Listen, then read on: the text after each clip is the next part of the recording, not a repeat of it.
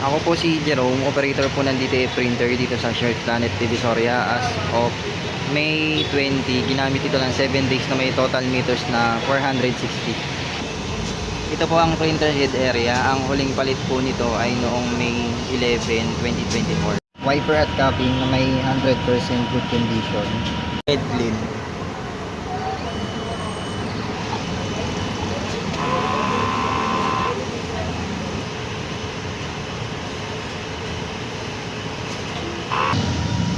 Punasan ng wiper at capping after head clean.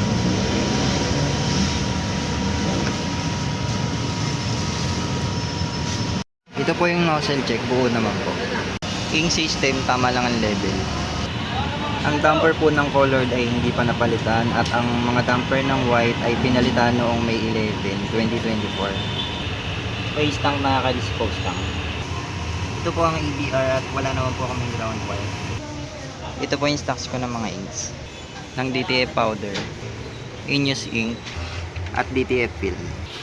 Production log. Printer day checklist. At ang na-consume ko naman po ay isang yellow, 3 white, 4 na powder, at 3 film. Yun lang po. Thank you.